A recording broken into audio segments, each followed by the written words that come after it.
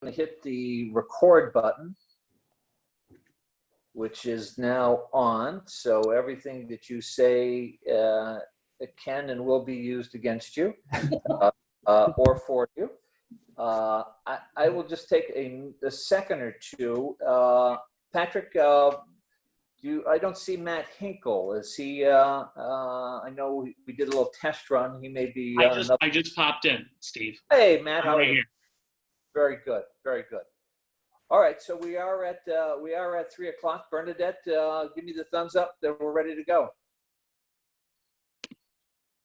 Bernadette. All right, close enough. This is the first ever virtual meeting of the LIRA annual meeting, and so far it's gone pretty well. The team in the University of Illinois has done a great job of pivoting and trying to do this conference as if we were in Portland, Oregon. And thank you all for joining us for this panel. This is panel 3.5, football employment-related issues behind the face mask. We've got 3 presentations and two commentators. We're going to have Patrick McHugh from GW and Matt Hinkel from Michigan State talk about the organizing efforts of college football players. We've got Mary Graham and Bhavneet Walia talking about the cheerleaders as a moderator of the relationship between women executives and NFL player arrest. Very unusual set of topics for LIRA, but this is great that we're broadening out. And then we have a third paper by Brittany and Bhavneet and some others on concussions. So just by way of introduction, I am the chair, Steve Sleigh. I will say very little until the very end. My background is I come out of the Machinist Union. I'm now working as a consultant in the private equity business to bring together unions and investors. And one of the clients that I work with, we own 2 professional sports teams in the National Hockey League and the MLS Soccer League. So we're involved pretty deeply in sports and sports bargaining. So that's sort of my background and why I'm involved in this. And then we're going to have 2 fantastic discussants, Mark Hyman and Matt Bodah. Is Matt, are you on? I didn't see Matt. I'm here. There you go, buddy. Good. Very good. Can you hear us and you're all set? I am all set. Beautiful. Okay, paper folks, you have about 10, 12 minutes for each one of the papers, and then we want to leave time for Matt and Mark to give their comments and leave time. I see there are a number of people who are online listening in to the topic. So Patrick, with that, why don't you take it away? Go ahead, Matt. All right, let me share my screen here. All right, hopefully everyone can see that okay. All right, good afternoon, everyone. So we are going to be presenting our paper on the Northwestern unionization case and the certification election that took place a couple of years ago. So just to provide an intro, just some background. So in April of 2014, Northwestern University football players participated in the first NLRB certification election in the history of scholarship athletics. And again, just a certification election is just simply the question, do we want to be represented by a union or not? And there was a delay of the tally of the voting because Northwestern appealed to the NLRB surrounding this idea that Northwestern football players, are they considered employees or not? And the NLRB declined to assert jurisdiction in this case in what was actually a unanimous decision. And so because of that, the final tally of this certification election remains unknown. But we're going to be presenting some initial results that start to get at that tally and that question. So what do we do in our paper? Our paper is effectively an inductive case study, which extends previous theory of union voting behavior. And this is a bit of interest for three reasons. Number one, there is a future possibility, especially with some of the recent reforms that have been done surrounding name, image, and likeness, and so on. There is definitely a future possibility of union organizing in scholarship athletics. Also, previous literature has largely focused on hypothetical voting behavior because, well, it's just difficult to obtain actual results from actual elections. It takes time, it's rather expensive, and so it's largely focused on hypothetical voting behavior. But we, in this paper, shift that focus to actual behavior based on initial data we collected, and we are actually the first study that examines union voting behavior in the athletic context. So just to provide a brief literature review, so there are two different streams of research examining the determinants of union representation election outcomes. And we are focused on the second of those two streams, which is simply the individual decision to unionize. So the individual decision to either vote yes or no in favor or against a union. And so this stream focuses on the role of factors such as job dissatisfaction, general and specific union beliefs, and also social factors in trying to examine what leads people to vote yes or no in favor against a union. And this is taken directly from John Budd's book, where it's a nice depiction of a couple of different ways this is viewed. So economists tend to look at this as purely a utility maximization problem, whereas other researchers look at it in the vein of general beliefs, specific beliefs, job dissatisfaction, and so on. And regarding specific and general beliefs, there is strong evidence that both of these types of beliefs are important predictors of union voting behavior. And so general beliefs broadly assess an individual's broader view about unions and their image. So a good example of a question like this would be, unions improve college football, whereas specific beliefs drill a bit deeper. So they assess the perceived impact that a union would have on an individual's workplace. So a good example of this would be, rather than just college football generally, unions improve my healthcare while playing college football. So it drills a bit deeper in that sense. But both of these have been shown to affect voting behavior. And so we have some research questions listed here, trying to get at what kinds of effects both of these have in the scholarship athletics context. But the decision to support a union isn't just focused on those beliefs, it's also influenced by social factors. And one of the biggest factors here is this idea of coworker support. And this is likely important in the context of scholarship athletics because there are different roles of cohesiveness depending on the particular sport that you're interested in and that you're doing. So Murray kind of looks at this difference between coactive and interactive sports. Coactive, you think of, for example, golf. It doesn't have a lot of team aspects to it. It's a lot more individual. Whereas interactive sports like football and basketball and so on, they're much less individualized. They're much more team sports. And so when you're looking at, football in this case, it's much more team oriented. It requires a lot more cohesiveness. And also that's where this idea of coworker support comes in. And team cohesion has been shown to predict team success and performance. And so this gets at our second research question, which is, what role does social support play in the union voting behavior of scholarship athletes? And then we come to social identity. So it's the part of an individual's self-concept, which comes from his knowledge of his membership of a social group, and also the emotional significance that is attached to that group membership.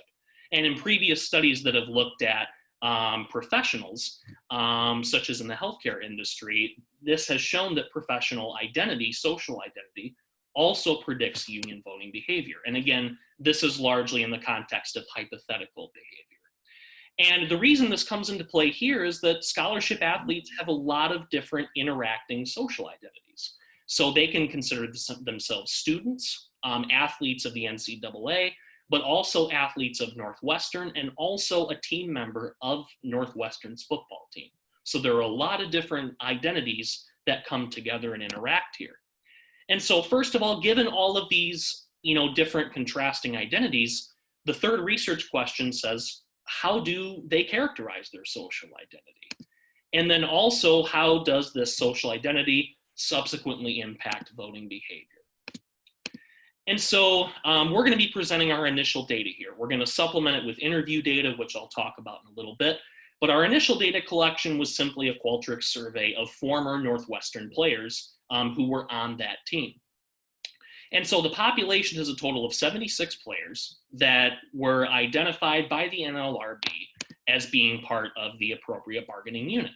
But the issue we ran into in trying to collect this data is that the NLRB can't disclose names of who participated.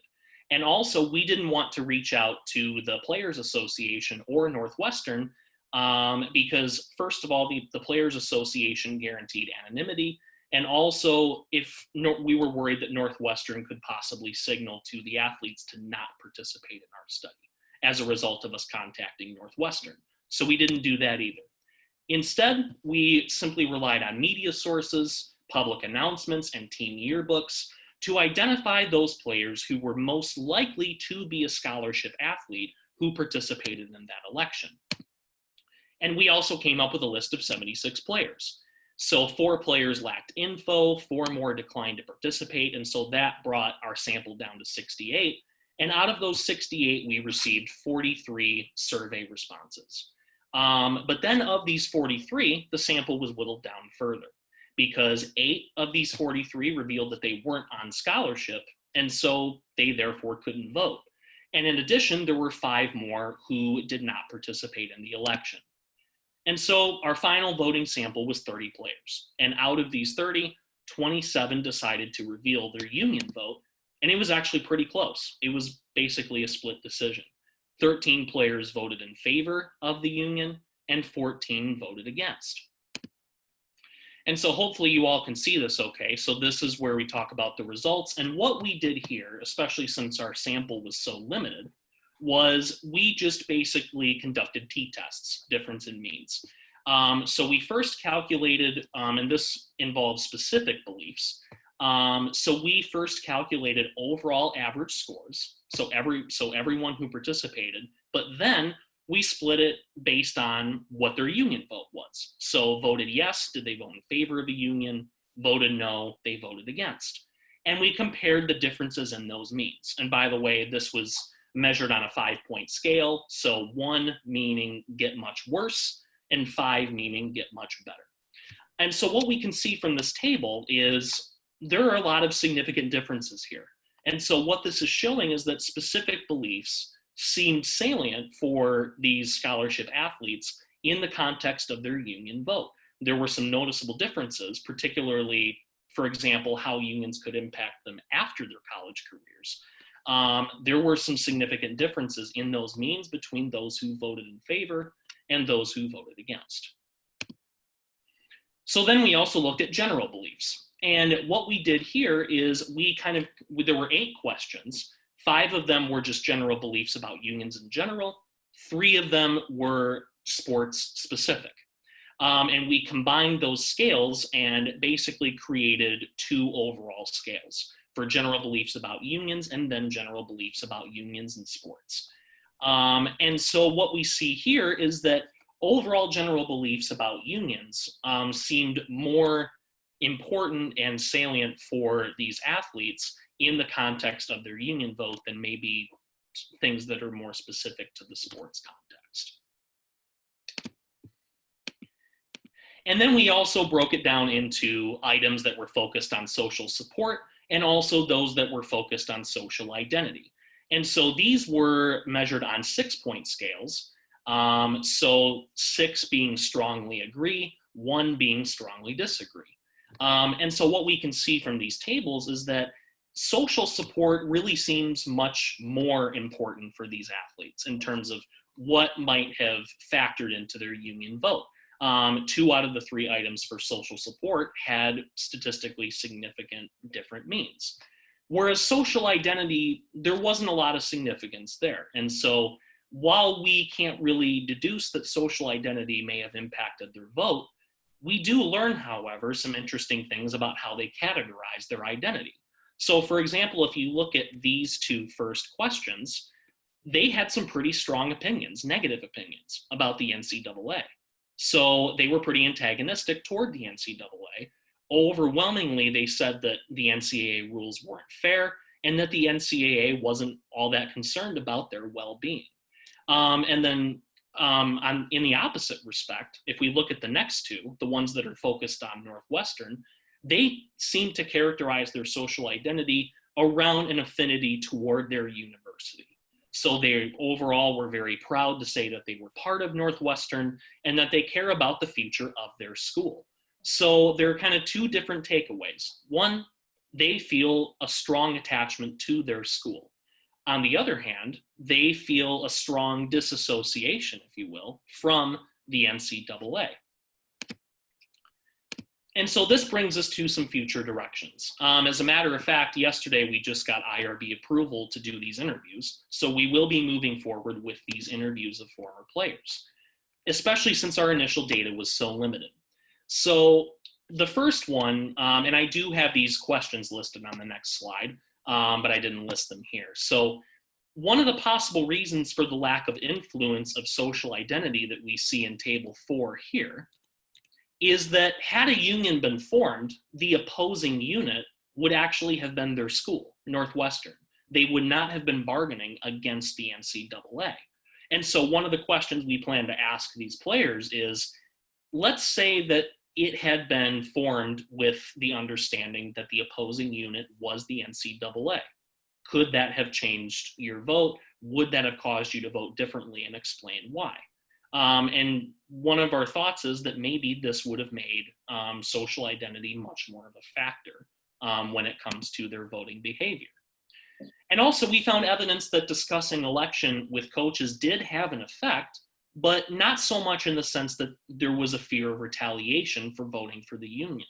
And so we plan to ask them some general questions about how would you characterize the relationship between players and coaches on the team? And how did that, if any, how did that impact how you decided to vote? And then also, while it appears that multiple factors could have influenced voting decisions, we want to actually drill down and identify in our interviews what were those most critical factors. So for example, one of the questions we want to ask is, if you can identify the one major factor as to why you voted either in support or against union representation, what was that factor, and explain it. And we will be conducting these interviews very soon. And again, here is the list of questions as well. Thank you very much. That's great, Matt. Thanks so much. That was really super.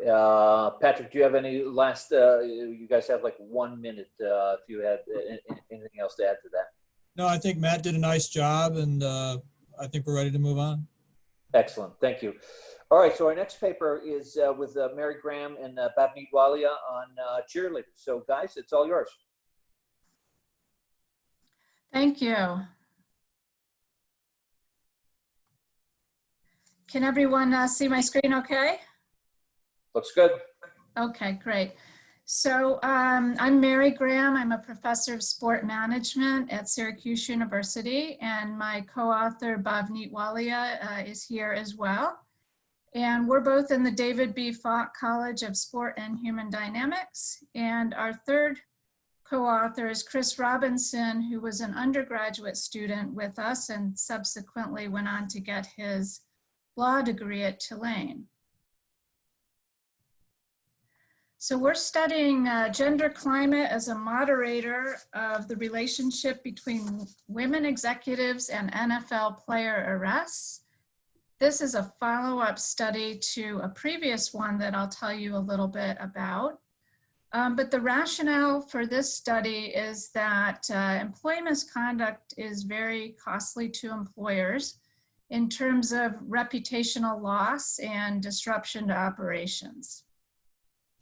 We couldn't find any research that examined the relationship between top management team gender composition and employee misconduct, despite research evidence that women and men might differ in their values and decision-making. So for example, women tend to be more risk-averse in decision-making, and there's evidence that women tend to take a more holistic view of company performance than men do. And there's almost no research on how organizations can reduce instances of off-the-job misconduct. So kind of a secondary rationale for our paper is that we like football. And those are our favorite teams there. And also when we began the study, there were several high-profile examples of professional football player arrests. So that piqued our interest. So employee misconduct is voluntary misbehavior, unethical activity, and hostile behavior that deviates from prevailing norms. And there is some evidence that organizational cultural norms against unethical behavior and strong ethical leadership discourages misconduct. Lyons et al. Did a study actually of NFL player arrests as well. And their focus was on the code of conduct change in 2007 done by the National Football League. They wanted to see if that reduced player arrests. And they found no impact in reductions in arrests of players who were there before and after that policy change. So our focus is a little bit different. We are looking at the team organization level. So they looked at a policy change and then player impact. We're looking at team organizations and how and why they differ in the number of player arrests that they experience. So as I said, this study builds upon a previous study that we have. That's a working paper under review right now. And we found that team organizations with 2 or more women on the executive team, that is the vice president level or above, had 0.33 fewer arrests the following year and a 15.4% lower likelihood of experiencing an arrest the following year. So why? Well, we were a bit limited in our archival data as to why, but we inferred that a critical mass of women on the top management team would lead to changes in strategic priorities, better decision-making, and alterations in the culture. So we're not saying here that women are better decision-makers, just that a more diverse group of decision-makers will make better decisions. So in this study, we're looking at gender climate, which is defined as the extent to which women and gender diversity are valued in organizations. And specifically, we examine whether the gender climate in a team organization moderates the relationship between women executives and player arrests.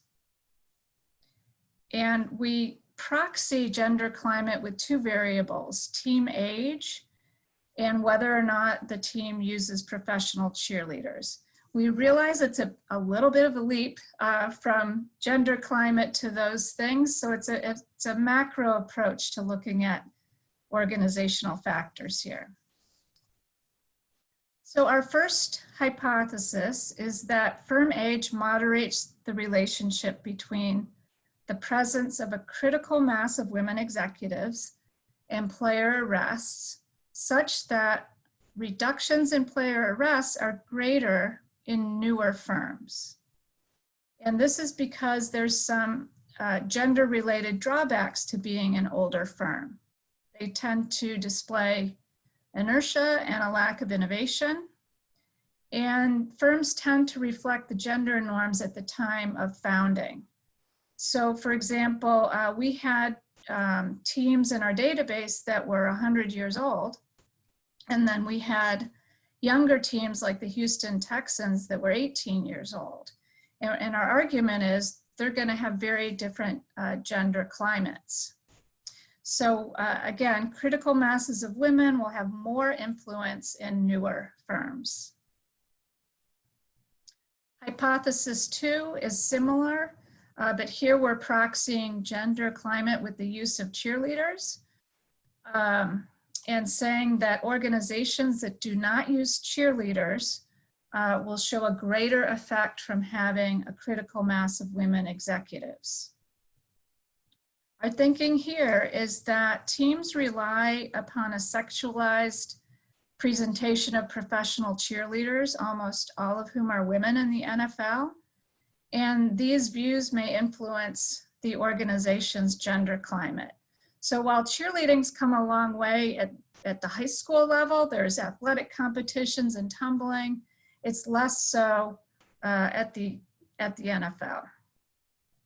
Some teams actually choose not to use cheerleaders. There's 6 teams that don't, by indicating a desire to avoid sexist and degrading entertainment.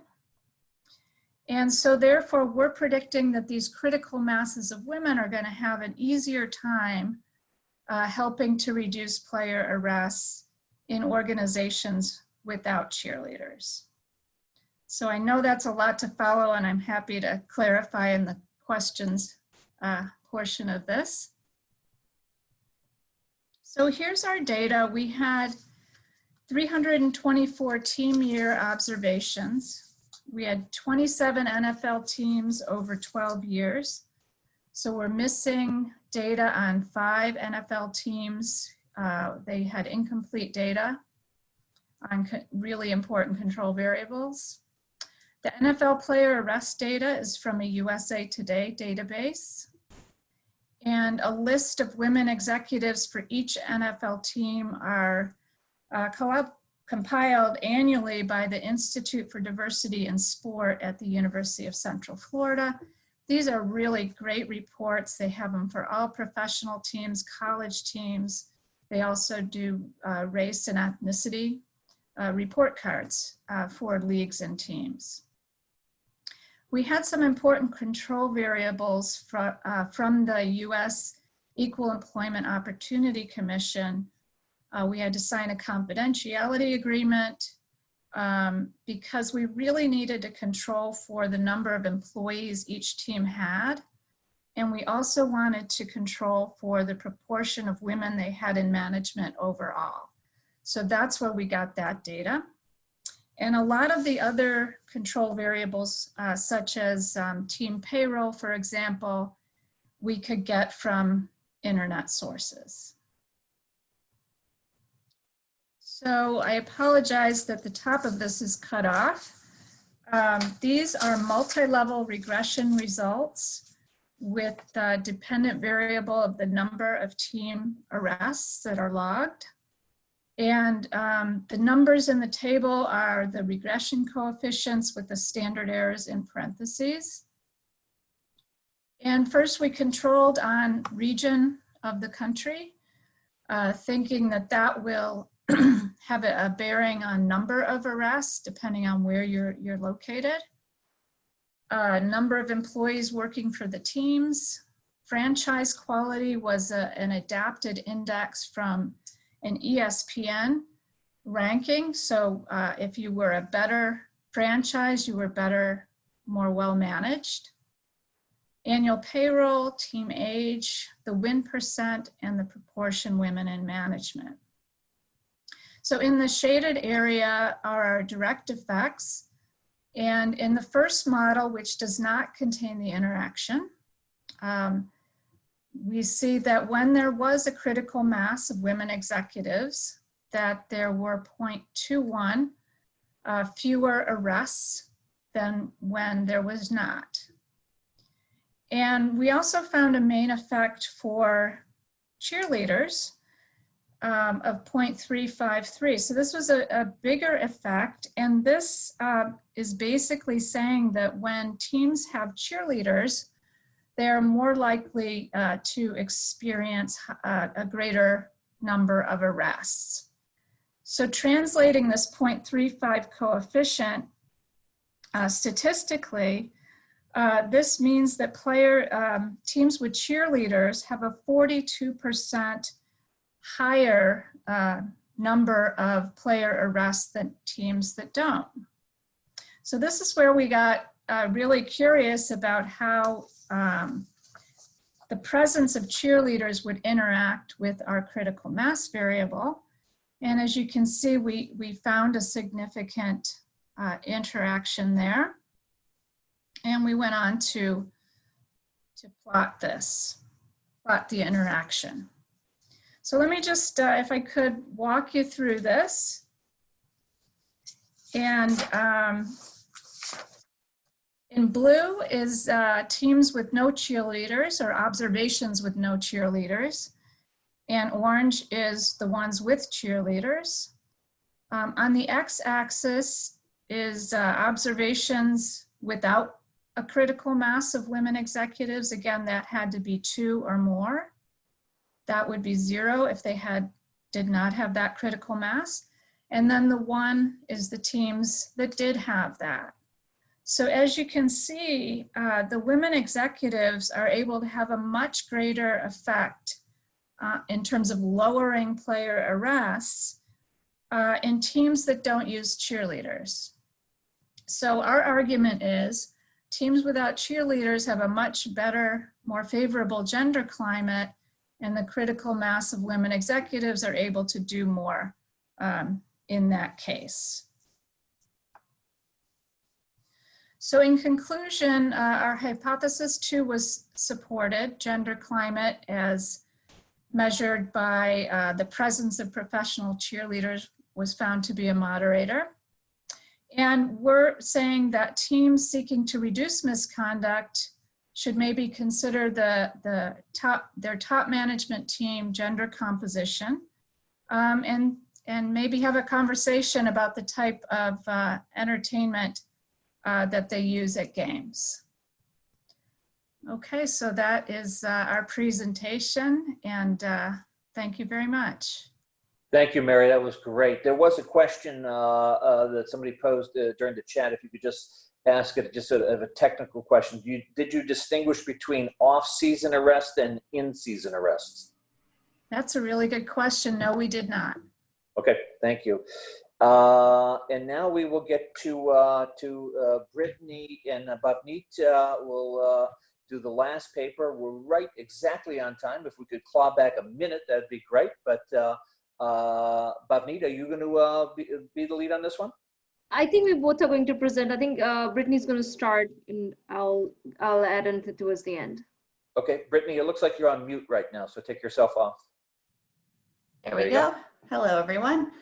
So my name is Brittany Kmush. I'm also at Syracuse University with Mary, and Bhavneet is also a co-author on our paper here. And so we're going to talk about reported concussions in NCAA FBS players. So that's the Football Bowl subdivision. So that's one of the Division I subdivisions of the NCAA.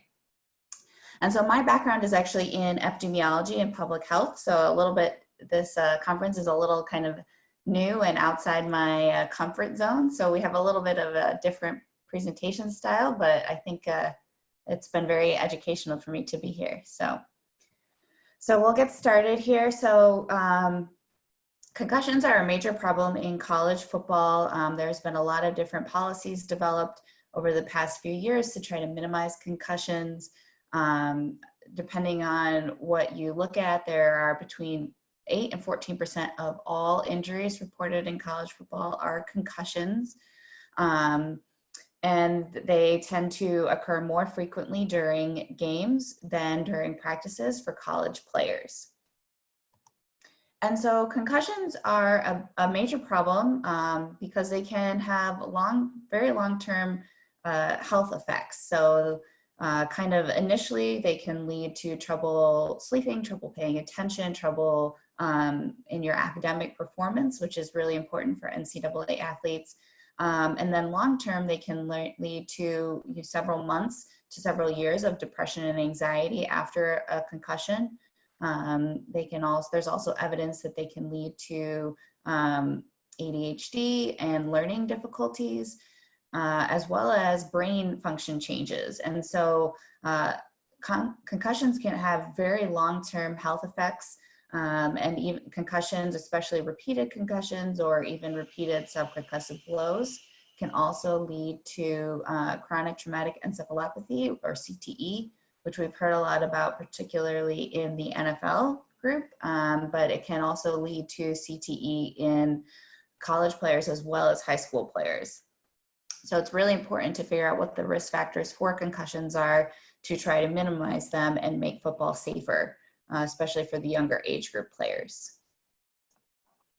So our primary research question was, what are the risk factors for occurrence of reported concussions among these elite college athletes? So the FBS subdivision is kind of the most well-known NCAA Division I team. A lot of them go on to, or a group that a lot of the players in this subdivision go on to the NFL. And so we want to help the players not only do well in college, but then also stay healthy to have a long-term career. So what we did is, so the first thing we had to do was collect reported concussions. And so we collected reported concussions for the 2013 to 2015 NCAA seasons from this concussion map here. And so it's reported by players and in teams for those seasons. Now these are important to note that these are reported concussions. It's pretty good at getting reported concussions during games.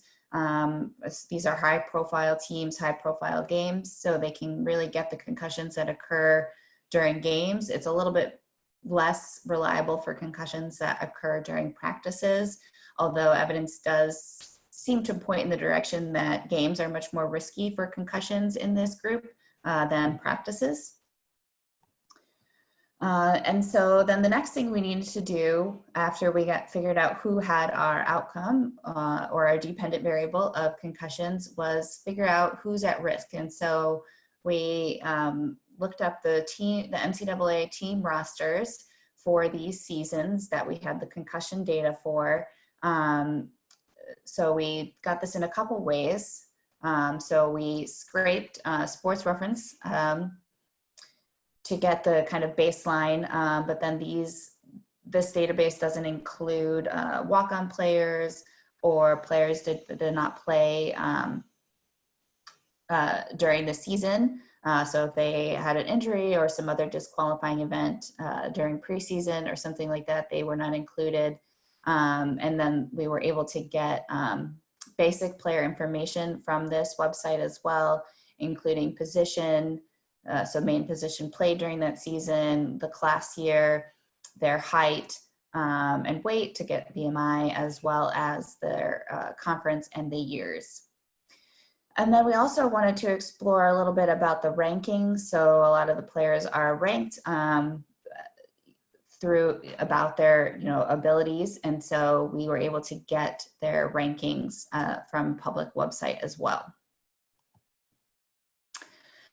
So we also classified the positions, not only the major positions, but then also into different position categories that have been done by other football concussion researchers. And so these categories are kind of largely based on the physical characteristics needed to play. And so if you're like me and new to football health analytics, I made a little chart here, right? So here are category 1 players. Here are category 2 players, and then here are category 3 players to help you get a little bit of difference between the different types. So the category 1 and then the category 3 are kind of the heaviest BMI for the defensive and offensive linemen. So what we did is a multi-level logistic regression to identify risk factors for reported concussions. And so our different levels were players. So we had the 2013 to 2015 season. So the same player could be in the database more than once. Also, then we had them within teams, and then leveled them within conferences. So every team kind of has their own policies, and then every conference has their own policies, kind of both official and unofficial, and Bhavneet will talk a little bit about that at the end. And then we also looked at different confounders, including BMI and position. And so BMI and position are related to each other, but not exactly the same, and are major risk factors for the different types of injuries that a player experiences. And so here are some of our preliminary results. So here's just the basic demographics of the different players over the 3 seasons that we analyzed. So we had about 14,000 players per season. As we can see, there were about 1% of the players reported a concussion each season. And then we can look at the distribution of the category positions across the different seasons. And that's, you know, as expected, stayed relatively constant, BMI, and then their different rankings. We also do have a public dashboard where you can see a lot of this data. If you want to take a look at it, this link is active, and I'll post it in the chat when I'm done presenting. If you want to look at some of this data and different visualizations. And so our computer programmer, Dr. Justin Ehrlich, who's a co-author on this paper, developed this dashboard. And so it's really kind of a great tool if you want to check it out and just get some more data, either for this question or for other questions that you may have, research questions.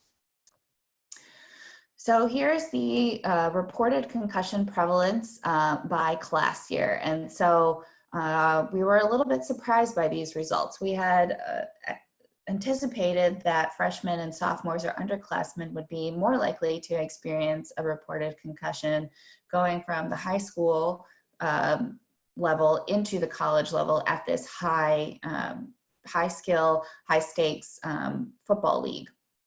And so we had really expected freshmen and sophomores who were adjusting to this type of football to experience more reported concussions than juniors and seniors. However, we do see that freshmen are much less likely to experience a reported concussion, and we'll talk about some reasons why we think that may be at the end. And so we also examined the reported concussion prevalence by position. And so we do see that there is wide variation among the different positions, with special teams players like punters and kickers the least likely to experience a reported concussion, as would be expected. And quarterbacks do seem to be the most likely position to experience a reported concussion. We also see different reported concussions by conference. And so again, right, quite a lot of variation in the conference or in the reported concussions across the different conferences, as well as across different teams, right? And so we look at the different teams and we see some higher rates of concussion, as well as then lower rates. So there is actually quite a wide variation, despite concussions being a relatively rare occurrence when we think about amount of player exposure. So here are the results of our logistic regressions. So the kind of filled in squares are the unadjusted model, and then the light colored diamonds are the adjusted model, where we then incorporated BMI and position category into the model, as well as the classmen. So our class is kind of our main exposure. And so our reference here are the freshmen. And so the odds of having a reported concussion are about 2 to 3 times higher in sophomores, juniors, and seniors compared to freshmen, even after adjusting for BMI and position category. And so then when we add in rank to our adjusted model here, so again, this model just had, so the filled in square was just rank by itself, and then the light colored diamonds are the combined model with rank class year BMI and then the different position categories. And so again, so if you had a higher rank, you had a little bit more increased risk of reported concussion than a lower rank. And that did not really change when we adjusted for class year BMI and position category. So when we think about our risk for reported concussions among this group, it is relatively low. About 1.12% of all players reported a concussion during the 3 seasons we looked at in this division, but there is a wide variety by conference and team about reporting concussions. Upperclassmen, so sophomores, juniors, and seniors, were more likely to have a reported concussion than freshmen. And so category 1 and 2 players seem to be more likely for reported concussions, with quarterbacks kind of the most at risk for these reported concussions. And so what we might want to do is develop policies that target these players, so upperclassmen, particularly category 1 and 2 players, as well as quarterbacks, to try and prevent concussions in the future. And so some of our limitations, right, the biggest one, again, is that these are reported concussions only. Concussions are much more likely to be reported during a game, and then upperclassmen are more likely to play in games. So that could be one of the reasons why freshmen seem to be less likely to experience a reported concussion, because they're simply playing in fewer games, although we haven't analyzed exact gameplay and game exposure at this point.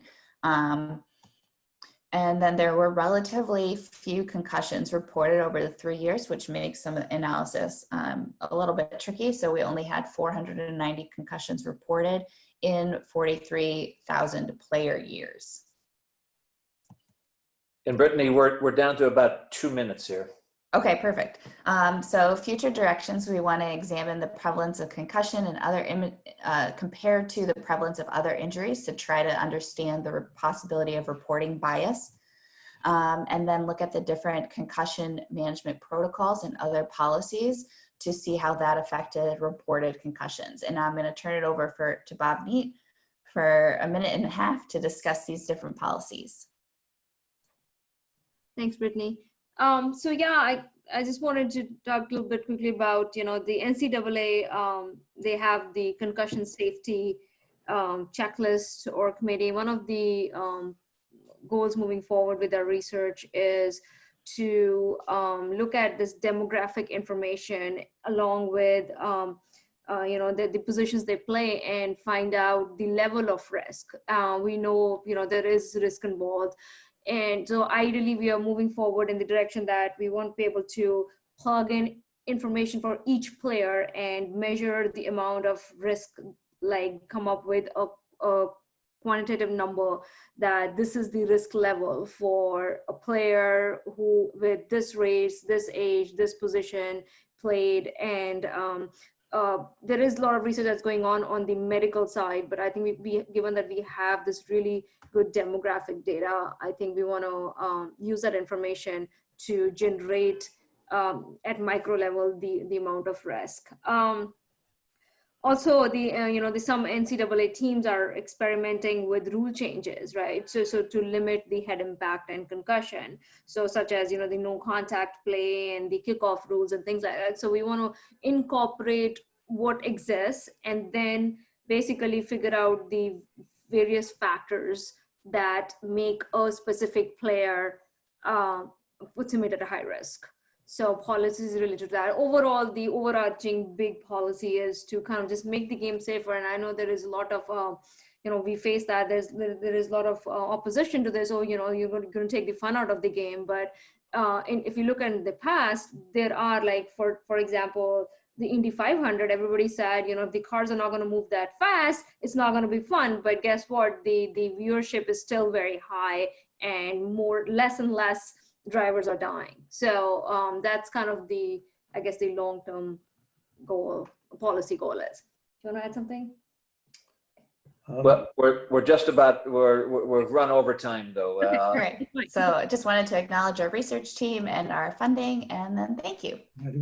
Super. Sorry about that, but we are down to 10 minutes and we really want to hear from Mark and Matt Bodah. So Mark Hyman, why don't you jump in? There were some comments on this wide-ranging set of papers and the really fascinating stuff.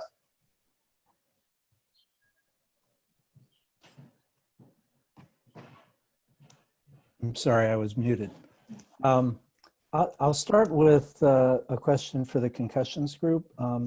A very interesting presentation, and I was particularly interested in the distinction that you drew between reported concussions and the actual number of concussions that we know are occurring in college football.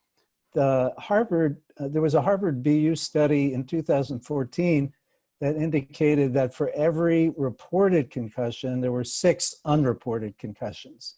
And I wonder how you reconcile or how you deal with that limitation in the data. Right, so in this one, we didn't deal with it. So it's just, or in this analysis right here, it's just reported concussions. And so our next step is we want to, we have some evidence from the BU group and others about, the percentage of injuries that concussions take up. And so what we want to do is look at total injuries reported by team or division, and then compare that, how much the concussions are a percentage of. And so that'll give us an idea of how bad the reporting bias is in this group of players. And so that's kind of our next step for as we go to get this paper published, and to take into account what percentage of the total injuries concussions make up, and then we can kind of adjust for that reporting bias, hopefully. Matt, are we going to alternate, or do you want me to keep going? I think you should ask a question, Matt. Yeah, Matt Bodah. Matt Bodah, I think you're muted, but if you want to jump in there. Mark, why don't you go ahead? That's okay. Okay, one more for the concussions group, please. So I was very interested in the data on quarterbacks and how quarterbacks seem to be most at risk. And personally, I think that's, I question that. And just to cite some data that I think is relevant, again, the BU Brain Bank, which has been evaluating the brains of NFL players for CTE, they've identified 110 former NFL players with CTE. 44 of those 110 are linemen, only 7 are quarterbacks. So I wonder if you think that the position breakdown will hold up as you are able to develop the data. Yeah, I don't think so. I think quarterbacks are most at risk for a reported concussion, because they're kind of the star of the team, if you will, right? Everyone, I don't know that many football players, but I can list probably the most quarterbacks of all the different types of players. So I think when we start accounting for reporting bias, we will see that of concussion or of quarterbacks being the most at risk kind of diminish, and the other players will come out. We had a recent paper looking at subclinical blows to the head in NFL players. And again, quarterbacks were not the most at risk for these kind of subclinical blows either. And so I think that will probably be the same once we adjust for reporting bias. Great. Thank you, Brittany. Okay, Matt, why don't you jump in there with your critique? Okay, so Mark and I agreed that I would look at the Northwestern paper, he would look at the concussion paper, and then we'd both say maybe a word or two about the cheerleader paper. So just on the Northwestern paper, first of all, I think it's great work. It's nice to see people actually going out there and interviewing people and trying to find out what's actually going on. So I just have a couple of comments, and then Pat and Matt and Mark, I'll send you some more written comments as well. But I think that one thing in both your legal analysis and your lit review, it'd be interesting if you kind of looked at some of the graduate assistant organizing literature as well. I think some of the same questions that you're looking at there exist there as well. Are these people primarily students or employees? you know, and it's sort of the same question. So I think you would benefit from looking at some of that literature, and there is an emerging literature on that, on organizing there. On your results, particularly on the specific beliefs results, you kind of have a couple categories of results. You know, you have significant differences, but in some cases, both groups saw unions as either beneficial or non-beneficial. In other cases, you know, one group saw unions as beneficial and one group didn't see it as unions as beneficial. I think you need to tease that out a little more and talk a little bit more about those differences. I thought it was really fascinating that one discrimination variable, which had a completely counterintuitive result, that people who thought that the unions would do a better job of dealing with discrimination issues were less likely to vote for the union than those who didn't. You really should talk about that. That's kind of interesting. Try to tease that out in your interviews. Obviously, the peer pressure versus retaliation finding is really interesting, and I think would be very generalizable to other employee groups, you know, that where there's stronger occupation cohesion, maybe peer pressure is more critical than fear of retaliation in union voting. It'd be interesting if you could do it, and it could be very difficult as you go in the interview phase, if you try to talk to some people who were coaches at the time or worked in the athletic department, director at the time, to tease out that retaliation stuff a little bit more. That'd be interesting. And then I'll just say a couple words here about some of the limitations that I think you need to look at. You know, Northwestern, it may not be the typical football school. You know, it's kind of an elite private university, and you may want to talk about that a little bit. So how generalizable is this? And I don't know if you have any more information on your sample, but I'd be kind of curious as to how representative this 27-person sample is of those 76 players. Do you have things on, you know, what year they were in, what position they played, you know, maybe even race or where they came from, that kind of thing. So those are just some comments. And as I said, I'll send you some more written comments. Just one thing on the cheerleader paper, which I found fascinating.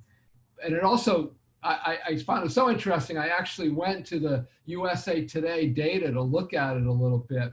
And here's one thing I'm a little concerned about, though. When I looked at that USA Today data, I found that almost all teams had somewhere between 20 and 40 arrests.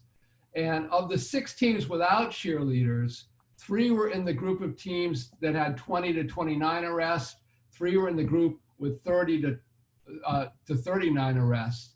No team had between 40 and 49 arrests, but 3 teams, the Bengals, the Broncos, and the Vikings, had more than 50.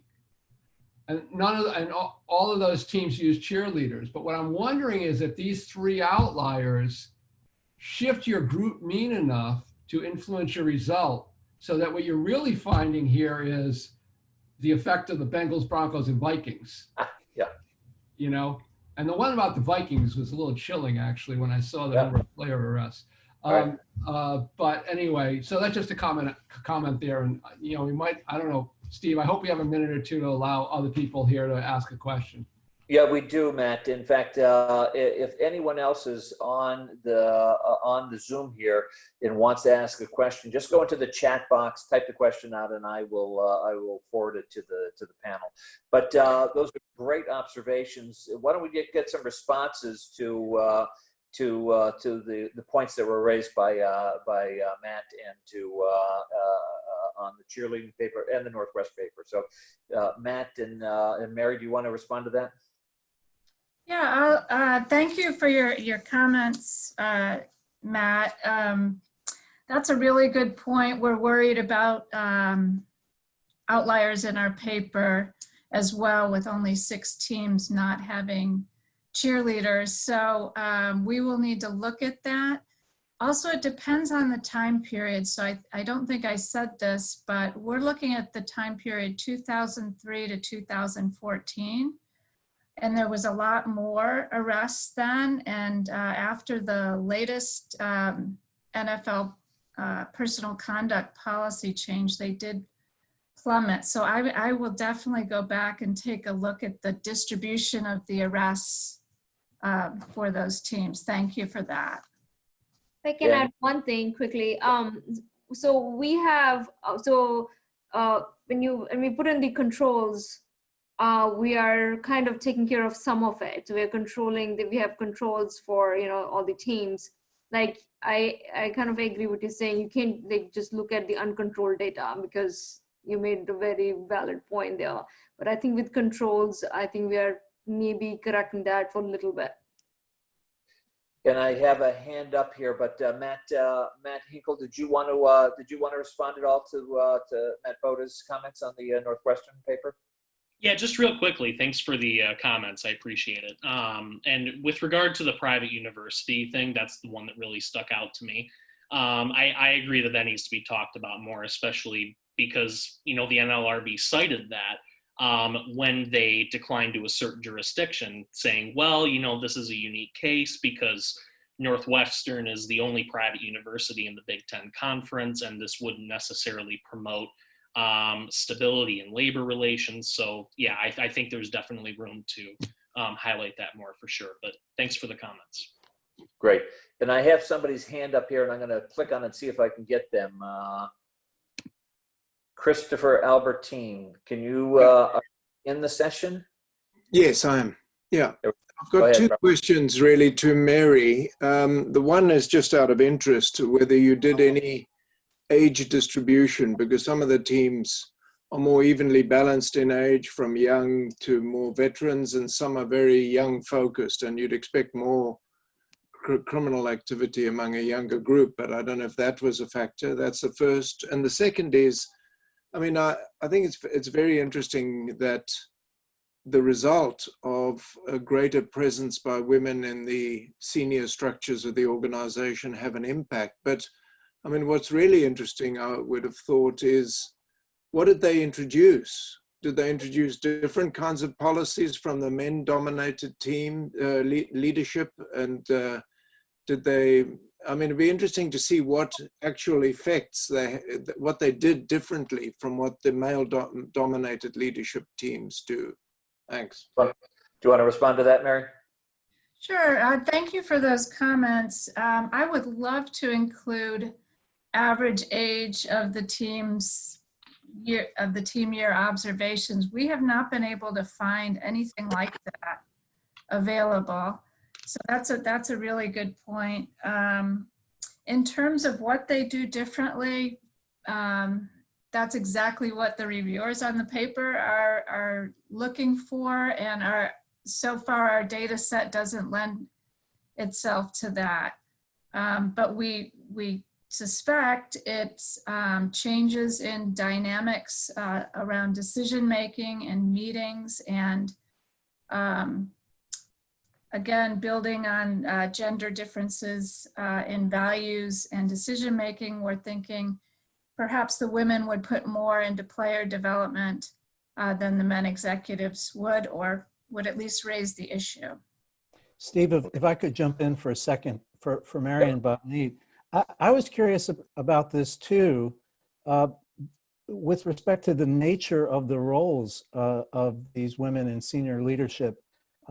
Seems to me that if you're, in HR or player personnel, or like Virginia McCaskey, who actually owned the Chicago Bears, you're in a position to move the needle in a more substantial way than if you're the VP of sales or sponsorship. I wondered if it would be, if that's data information that you can capture. Yeah, we're actually trying to create an index of power, and we're looking at things like job titles, whether there's any connection to the owners, years in position, and things like that. So I think probably teams that have women on the executive team that have longer tenures might be able to do more. I just wanted to add one quick comment, was that there are other industries where, like the banking industry, where there is pretty established literature of women participation in the management and, the number of failed mortgages and things like that. So there is some literature in other fields where, and even in the management field itself, where there is evidence to, a diverse management leading to better outcomes. So, yeah. I think we're actually 5 minutes over our allotted time, but we could continue this conversation offline, and I would hope that that folks would find LIRA as a good place to have these kind of conversations. It's an organization that has people from a lot of different disciplines, labor management, and different academic disciplines. So sports is a particularly interesting area. It's the most highly unionized sector in the economy. And it's extremely diverse and obviously has very high visibility on its labor relations. So for all those reasons, sports is a particularly interesting area to study. I'd like to thank all the panelists, and this has been a great conversation. Unfortunately, we only have an hour. We're out of time. And thanks for joining us, and I hope you join the rest of the conference and listen in on other panels. Thank you, Steve. Thank you. Thanks, Thank Steve. you. Thank you very much. Thanks, everyone. Thanks, Bye, sir. Pat. Thanks, everybody. Thanks, Matt. Yeah.